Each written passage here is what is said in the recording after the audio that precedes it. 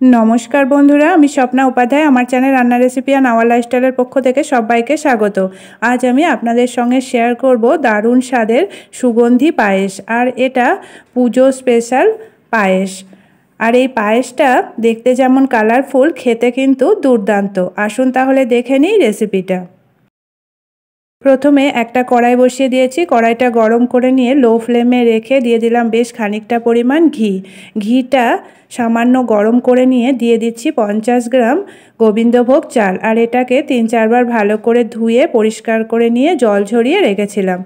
एबार चालटा दिए घियेर संगे 1-2 मिनिट एकदम लो फ्लेमे रेखे नाड़ाचाड़ा करे भेजे निते हबे। एभाবে যদি ঘিয়ের সঙ্গে চালটাকে ভেজে পায়েস বানানো যায় তাহলে একটা সুন্দর স্মেল আসে আর খেতেও দুর্দান্ত লাগে। চালটাকে 1-2 মিনিট একদম লো ফ্লেমে রেখে আর সব সময় নাড়াচাড়া করে ভেজে নেব। চালটা ভেজে নেওয়া হয়ে গেছে। এবার এর মধ্যে দিয়ে দিচ্ছি half litre full cream milk.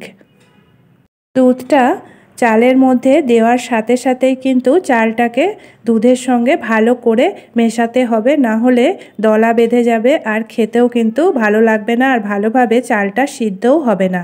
এবার এটাকে হাই হিটে রেখে 2-3 মিনিট প্রথমে রান্না করে নেব। এর মধ্যে দিয়ে দিচ্ছি একটা তেজপাতা আর একটা এলাচ দানা। এবার এটাকে ভালো করে মিশিয়ে দিয়ে মিডিয়াম ফ্লেমে রেখে চালটাকে ভালো করে সিদ্ধ করে নেব আর দুধটাও ঘন করে জাল করে নেব। চালটাও ভালোভাবে সিদ্ধ হয়ে গেছে আর দুধটাও অনেকটা ঘন হয়ে গেছে। এখন লো ফ্লেমে রেখে এর মধ্যে দিয়ে দিচ্ছি বেশ খানিকটা পরিমাণ মিল্ক পাউডার। মিল্ক পাউডার দিলে পায়েসের মধ্যে পায়েসটা কিন্তু খেতে খুবই সুস্বাদু হয়। মিল্ক পাউডারটা দিয়ে সঙ্গে সঙ্গে ভালো করে মিশিয়ে দিতে হবে। ভালো করে মিশিয়ে দেওয়া হয়ে গেছে। এবার এর মধ্যে দিয়ে দিচ্ছি স্বাদ অনুযায়ী চিনি। চিনিটা দিয়ে ভালো করে মিশিয়ে মিডিয়াম ফ্লেমে রেখে এটাকে রান্না করে নিতে হবে। চিনিটা গলে যাবে ভালোভাবে আর পায়েসটাও অনেকটা পাতলা হয়ে যাবে। এবার এর মধ্যে দিয়ে দিচ্ছি বেশ খানিকটা পরিমাণ কাজু আর কিশমিশ।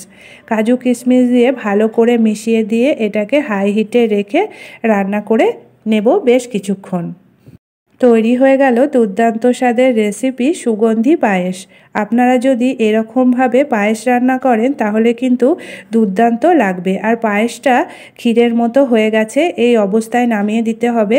ঠান্ডা হয়ে গেলে আর একটু ঘন হয়ে যাবে। এবার এটাকে একটা প্লেটে নামিয়ে নেব।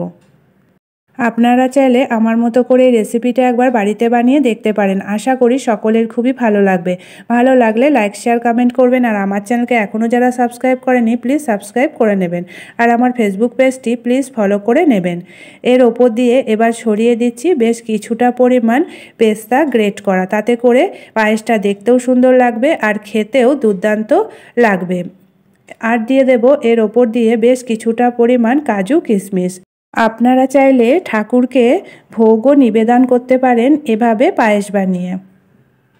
এভাবে যদি পায়েস বানানো যায় পায়েসের থেকে এতটাই সুন্দর গন্ধ আসে যে দেখলেই খেতে ইচ্ছা করবে আর এটা খেলে বারবার খেতেও ইচ্ছা করবে।